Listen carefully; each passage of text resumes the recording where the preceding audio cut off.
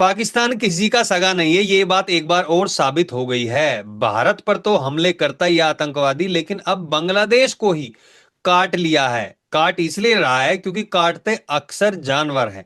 और अब जानवर मैं इसलिए कह रहा हूं क्योंकि जो हरकत की है पाकिस्तानी बोर्ड के जो चीफ हैं नकवी ने, पहले उन्होंने क्या किया था, पहले उन्होंने भारत से एशिया कप ट्रॉफी वो अभी अपने पास रखी हुई, अभी तक दी नहीं है। वो क्यों नहीं दी है? क्योंकि भारतीय टीम ने उससे लेने से मना कर दिया था। वो इसलिए मना नहीं किया था कि वो पाकिस्तानी है, मना इसलिए किया था क्योंकि ऑपरेशन सिंदूर के ऊपर एक पोस्ट डाली थी नकवी ने, इसलिए उन्होंने मना कर दिया था लेने के लिए।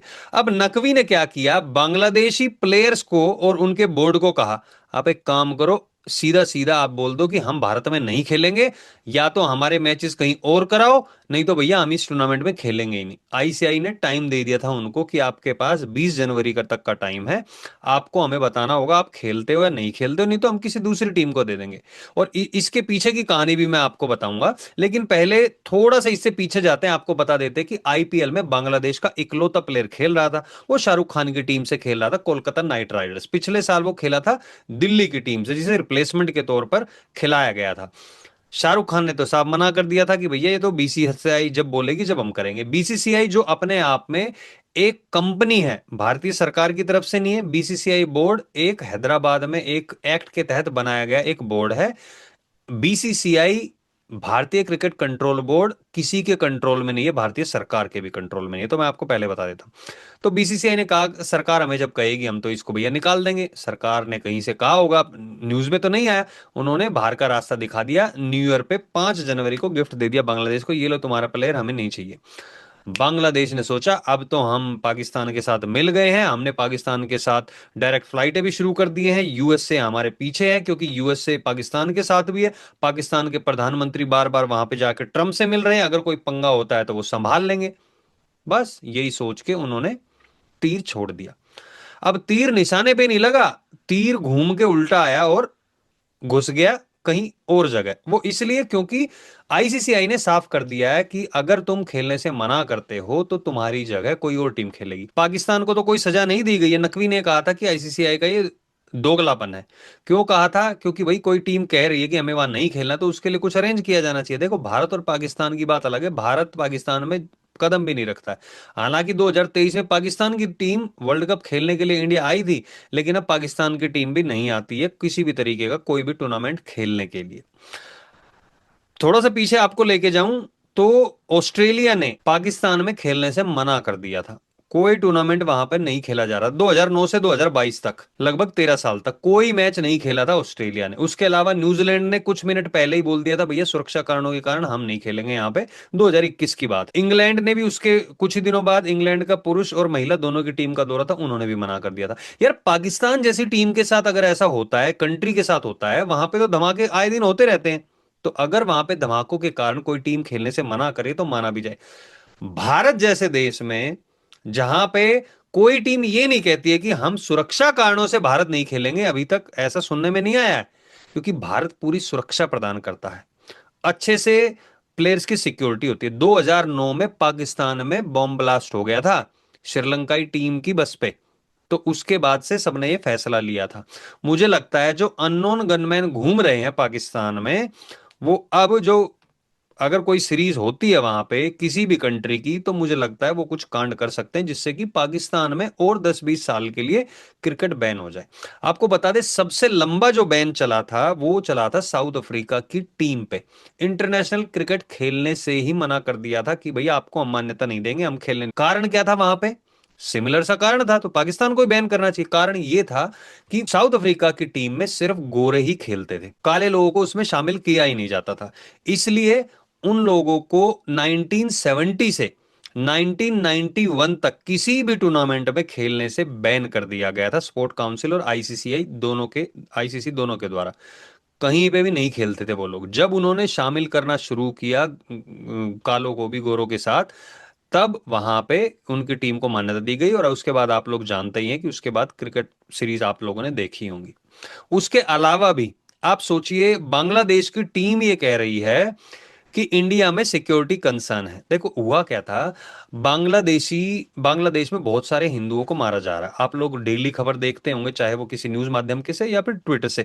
डेली वहां पे किसी को मारा है, किसी को जला दिया जाता है, किसी को बोरे में भर के फेंक दिया जाता है, किसी के घर पे हमला कर दिया जाता है। अभी अभी जस्ट मैं एक न्यूज देख के हटा हूं, एक और 25 वर्षीय युवक की वहां पर हत्या कर दी गई थी।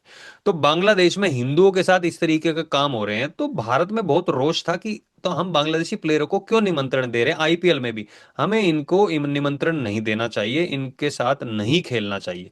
तो इसलिए यहां पर बैन लग गया। तो इससे देखते हुए ये पता चल रहा है कि आगे आने वाले टाइम में ना तो इंडियन टीम बांग्लादेश जाने वाली है, और ऑब्वियसली बांग्लादेशी टीम तो आएगी नहीं। उन्होंने कहा कि बंगाल में उनके 2 या 3 मैच होने हैं, वहां पे उन्होंने सुरक्षा कारणों से उन्हें की टीम को, उनके प्लेयर्स को खतरा है। मान लिया, पाकिस्तान का कहना मान लिया। अब बांग्लादेश को सिर्फ इस टूर्नामेंट से, आईसीसी T20 वर्ल्ड कप से बाहर होने के कारण 60 US मिलियन डॉलर, $60 मिलियन का नुकसान हुआ है। ब्रॉडकास्टिंग, एडवर्टाइजमेंट, हर चीज का आप लगा लीजिए, वहां पे उनको नुकसान हो गया।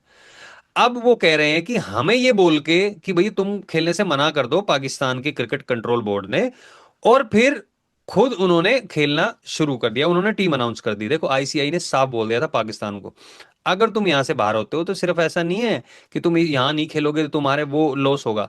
किसी भी कंट्री को तुम्हारे साथ द्विपक्षीय सीरीज, यानी कि 2 टीमें एक साथ खेलती हैं, कोई भी टीम आती है तो उसका खेलने पर रोक लगा दी जाएगी।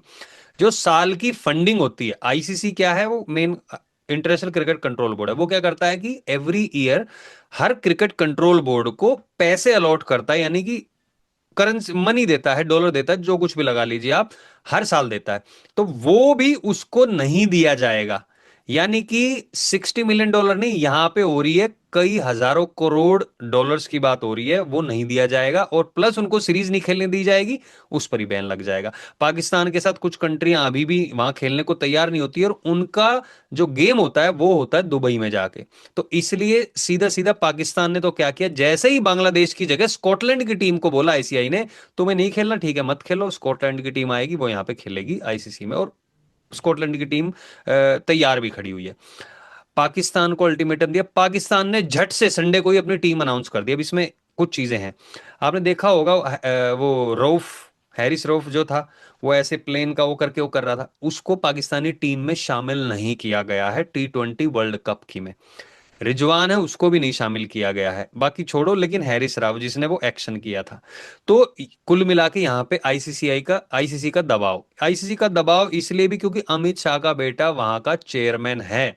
चाहे आप किसी तरीके से लगा लगा लीजिए, लेकिन फर्क तो पड़ता है। अब ये लोग जो सोच रहे थे कि नहीं भैया कुछ नहीं होना है, हम भी यहाँ पे बॉयकॉट कर देते बांग्लादेशी, अब इनको पता चल गया भाई पाकिस्तान किसी का सगा नहीं है, तुमने बहुत बड़ी गलती कर दी उनकी बात मान के।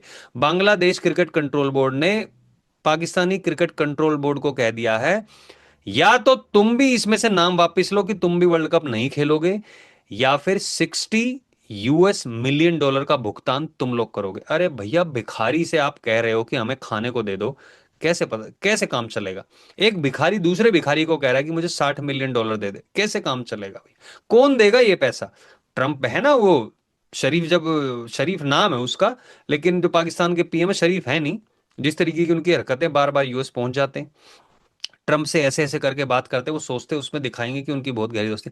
अरे ट्रम्प तुम्हें निचोड़ के ऐसे फेंक देगा, तुम्हें पता भी नहीं चलेगा, और वो ऑलरेडी कर भी रहा है। अमेरिका का यही है, यूज कर रहा है इंडिया के खिलाफ। लेकिन अब भारत जो है ट्रेड डील करने जा रहा है सीधा सीधा किसके साथ?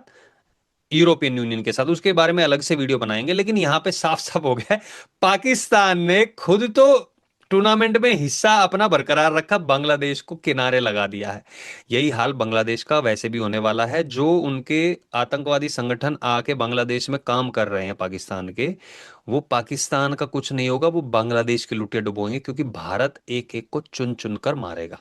तो ये सबक बांग्लादेश को अभी ले लेना चाहिए, नहीं तो बाद में लेंगे तो बहुत देर हो चुकी होगी। फिलहाल बहुत अच्छा काम किया है कि भारतीय सरकार ने अल्टीमेटम दिया बीसीसीआई को, और कंगलू क्रिकेटर नहीं खेलेंगे भारत की टीम में। आप लोगों का क्या सोचना है कमेंट सेक्शन में जरूर बताइए। इस वीडियो को सब लोगों के साथ शेयर जरूर करना। बहुत बहुत धन्यवाद इस वीडियो को देखने के लिए आपका। जय हिंद, जय भारत।